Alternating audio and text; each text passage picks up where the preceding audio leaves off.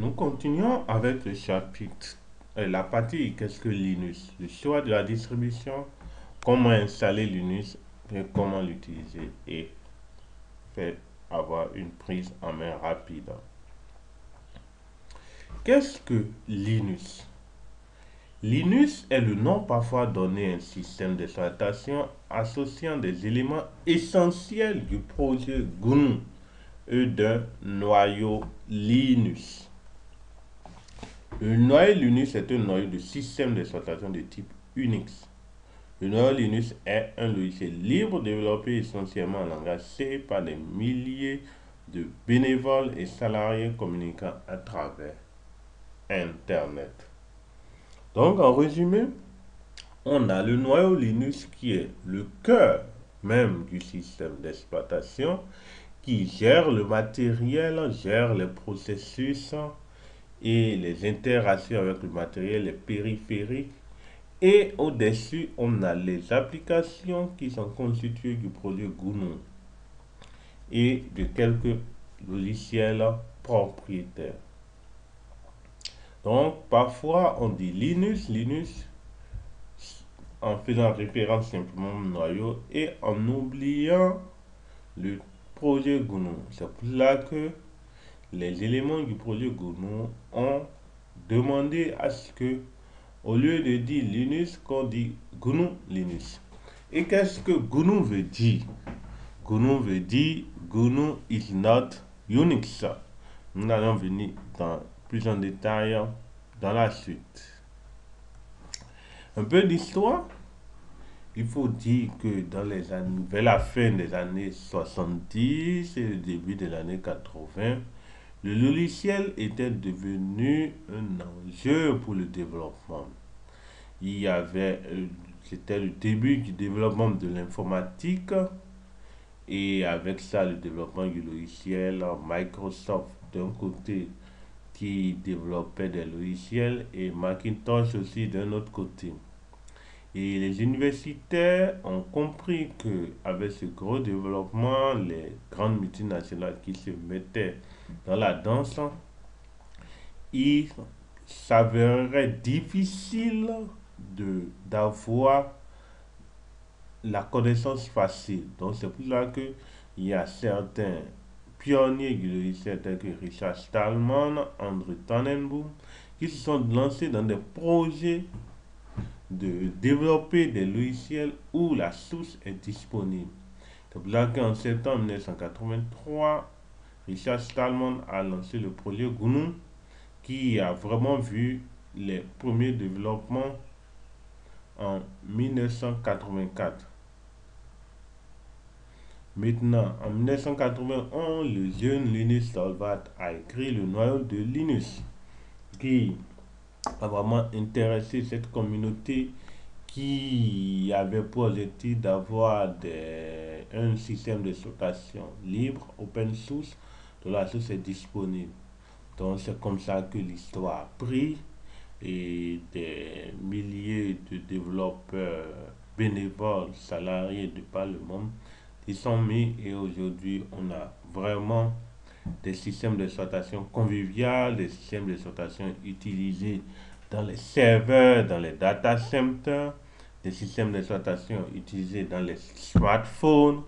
Vraiment un développement qui est vraiment salutaire pour la connaissance et pour le bien-être des communautés. Linux, comme on a dit, le noyau de Linux, c'est un noyau open source.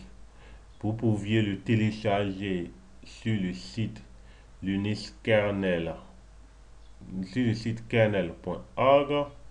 La dernière version actuelle, on peut aller la vérifier. La toute dernière version, kernel.org.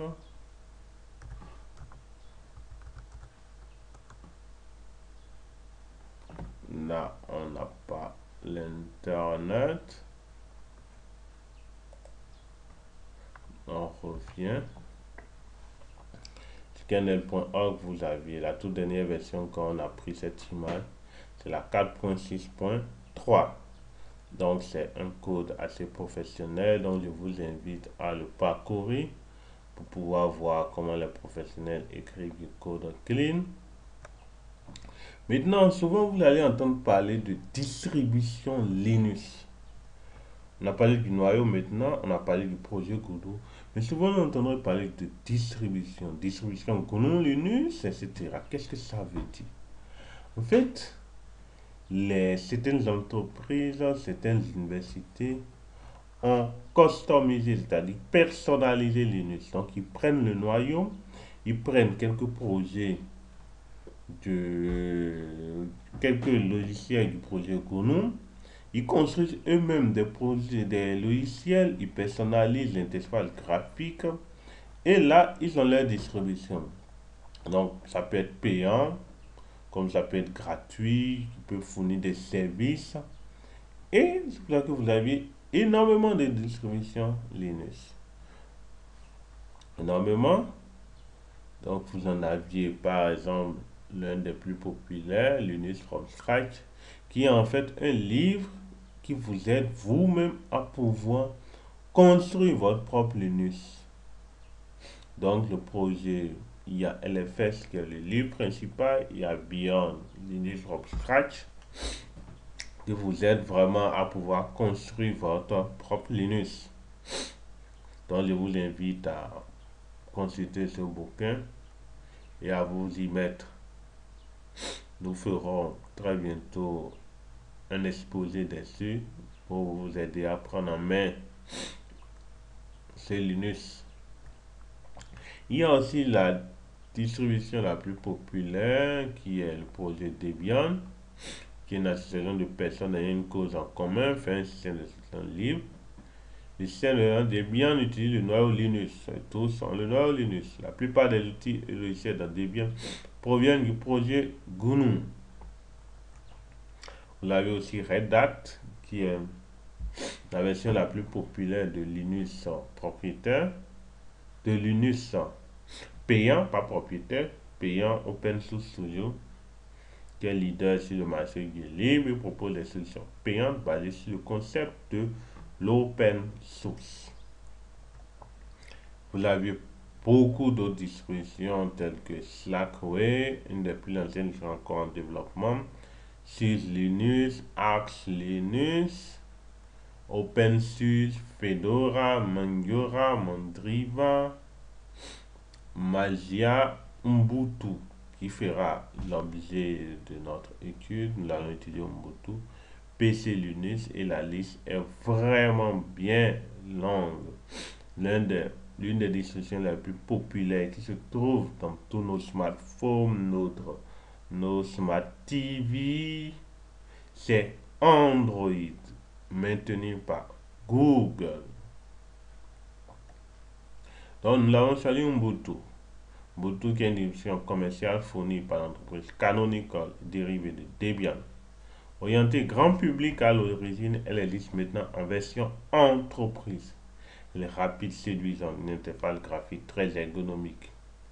Intuitive, sécurisée, idéale pour les ordinateurs bureaux, les serveurs, les netbooks et les ordinateurs portables. Ubuntu est libre, gratuit et composé de logiciels qui le sont également. On a aussi une variante Ubuntu. Au monde de l'éducation, vous pouvez avoir beaucoup d'informations en allant sur le site ubuntu-fr.org. Comment installer Ubuntu? Nous savons la version 14.04. Vous pouvez suivre le lien www.ubuntu-fr.org/téléchargement pour pouvoir télécharger la toute dernière version. La dernière version actuelle, c'est la 16.04. Vous pouvez la télécharger. Dès que vous la téléchargez, vous pouvez toujours suivre le tutoriel pour pouvoir l'installer, soit en gravant un DVD ou soit en fabriquant un USB bootable. Et donc vous avez deux options, soit vous l'installez en machine virtuelle, vous l'installez virtuellement sur VMware, ou soit vous partitionnez votre disque dur pour l'installer en dual boot. Mais je vous conseille de l'avoir, que ce soit en machine virtuelle endurable ou d'avoir votre propre Linux et de commencer par vous habituer à toucher et à comprendre. Si vous avez des difficultés, vous pouvez utiliser Internet. Vous pouviez envoyer un mail au professeur. Et tout ça, ça vous aidera à bien maîtriser cet environnement et à utiliser tous les potentiels qu'offre cet environnement.